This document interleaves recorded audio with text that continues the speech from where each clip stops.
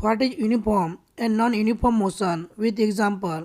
Uniform motion और non uniform motion क्या होता है, देखते हैं उसका answer. Answer, uniform motion when an object covers uniform distance in uniform time interval its motion is said to be a uniform motion. यदि कोई भी ऑब्जेक्ट एक निश्चित टाइम इंटरवल पर मीन्स एक निश्चित समय अंतराल पर एक निश्चित डिस्टेंस को दूरी को कवर करता है तो उस प्रकार के मोशन को हम क्या बोलेंगे, यूनिफॉर्म मोशन बोलेंगे। For such A motion the distance versus time graph is a straight line. इस प्रकार के मोशन का जब भी हम टाइम और डिस्टेंस के बीच में ग्राफ खींचते हैं तो हमेशा ही हमें एक स्ट्रेट लाइन प्राप्त होता है। जैसे कि यह एक यूनिफॉर्म मोशन का ग्राफ है जिसमें कि टाइम और डिस्टेंस के बीच में ग्राफ खींचा गया है। इस ग्राफ की सहायता से हम जान सकते हैं कि ऑब्जेक्ट जो है फर्स्ट 2 मिनट में यहाँ पर 12 मीटर डिस्टेंस कवर कर रहा है, फिर नेक्स्ट 2 मिनट में फिर से 12 मीटर डिस्टेंस कवर कर रहा है।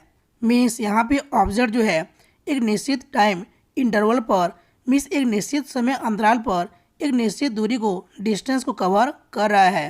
तो इस प्रकार के मोशन को हम क्या बोलेंगे, यूनिफॉर्म मोशन बोलेंगे। और यहाँ पे टाइम और डिस्टेंस के बीच में जो ग्राफ हमको मिल रहा है वो एक स्ट्रेट लाइन के रूप में मिल रहा है।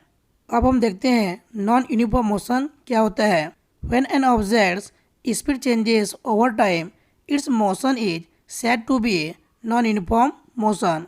जब किसी भी ऑब्जेक्ट का स्पीड समय के साथ चेंज हो जाता है, बदल जाता है, तो उस प्रकार के मोशन को हम क्या बोलेंगे, नॉन यूनिफॉर्म मोशन बोलेंगे। जैसे कि यहाँ पे एक ऑब्जेक्ट का उसके टाइम और डिस्टेंस के बीच में ग्राफ खींचा गया है और इस ग्राफ की सहायता से हम जान सकते हैं कि ऑब्जेक्ट जो है फर्स्ट 4 मिनट में 2 मीटर डिस्टेंस कवर कर रहा है और नेक्स्ट 4 मिनट में 10 मीटर डिस्टेंस कवर कर रहा है।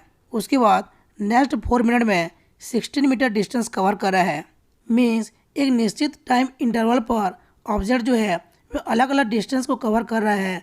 तो इस प्रकार के मोशन को हम क्या बोलेंगे, नॉन यूनिफॉर्म मोशन बोलेंगे।